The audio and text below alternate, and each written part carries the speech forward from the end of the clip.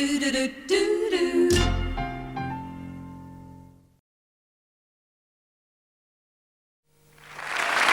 go again. Hope you're enjoying the show. And don't forget, an hour and a half every day now. Sydney journalist Fiona Manning was 23 when she headed for Hollywood and bluffed her way into the gossip and scandal magazine The Star, of which I have a copy there. It's a big-selling magazine, is The Star in America, for all sorts of reasons, particularly because they get the inside grip on lots of things which are true, and I would imagine some things which are not necessarily true.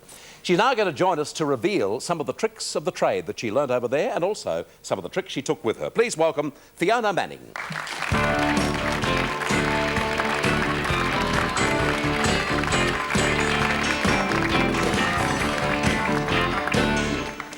I don't get that one. What was that being played then?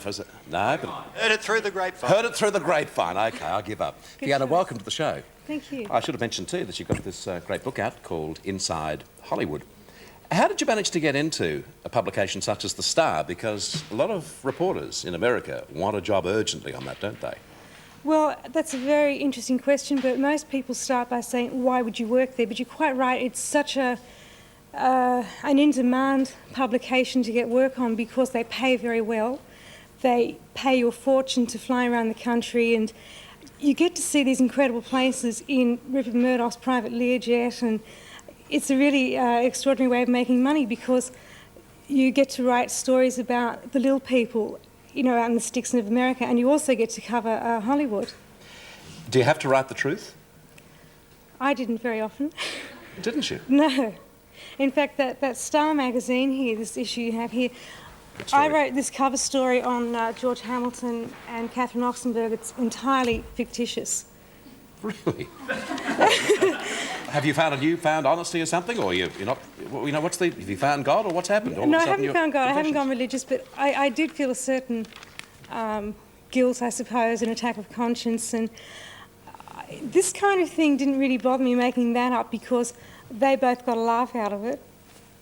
They also enjoyed the publicity, but I think some of the things that magazines like The Star do are really quite damaging, and that's what I was trying to expose by writing Inside Hollywood. Right. How long were you there with The Star? I was there with The Star about 2 years. Well, it took you a fair while to realise all of a sudden this could be damaging and harmful to people. I realised it from the beginning, but I was desperate. I really wanted the work. Desperate for what, money?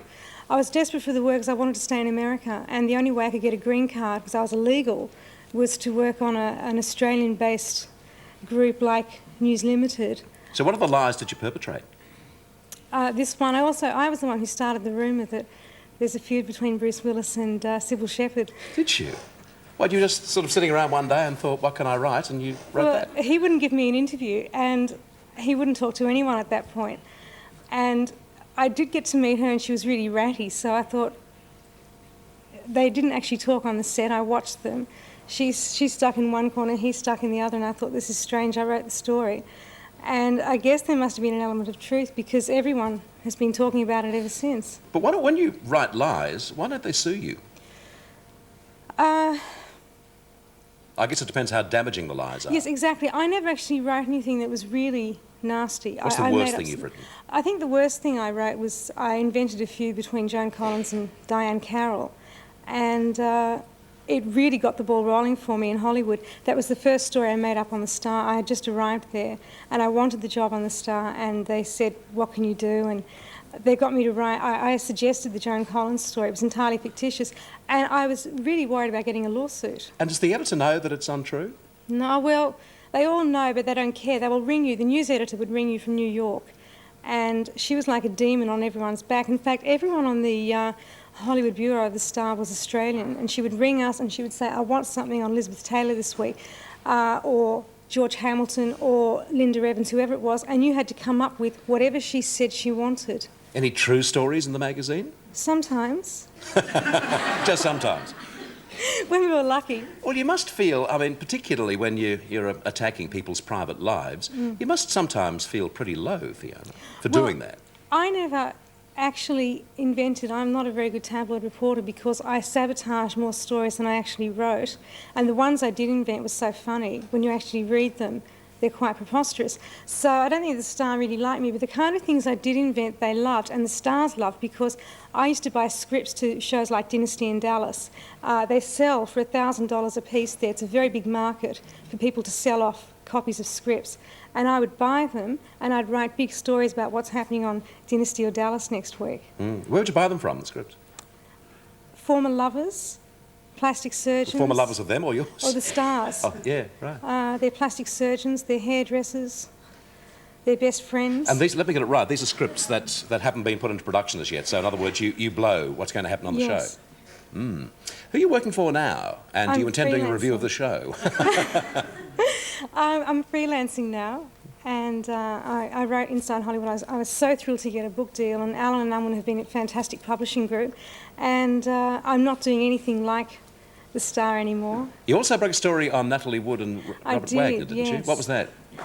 That was, for me, an amazing experience. It was actually the first true, genuine news story I ever got in Hollywood. I was the one who got the interview with Dennis DeVerne, who was the skipper on the boat, the Splendor, which was Natalie Wood's boat. And Dennis was on the boat the night Natalie drowned. And for years the story had been covered up because DeVerne claimed Wagner bought his silence. And he had bought him an Actors Equity card and got him work on Heart to Heart, which was the series Wagner was doing then. And one day Wagner decided 5 years has been enough, and he stopped paying DeVerne off, and DeVerne called me. And he said, he told me the true story of what happened on the boat that night. It was really quite a sordid story, but in a nutshell, he said that they'd had a terrible argument that night on the boat because Christopher Walken, the actor, was also on the boat, and she was having an affair with him and Dennis DeVerne, and Wagner didn't like this, and they were all drinking very heavily, and she fell overboard. She was not a swimmer, and she always feared death by drowning. Did they try to save her? Well, Dennis DeVerne realised she'd gone overboard. This was his story. He claimed that he wanted to set up a search party, and RJ, as they call Robert Wagner, refused because he was afraid that all the other boats in the harbour where they were moored would realise that something had gone wrong and he'd get publicity. And he was quite drunk, apparently. Had he been sober, he probably would have exercised better judgment, but by the time DeVerne convinced him they should start a search party up for her, she was dead. So she really died to save his pride, according to Do you cover this in the book? Yes. That story? Okay. Inside Hollywood by Fiona Manning. Thanks for joining us, Fiona. Thank you. Fiona Manning.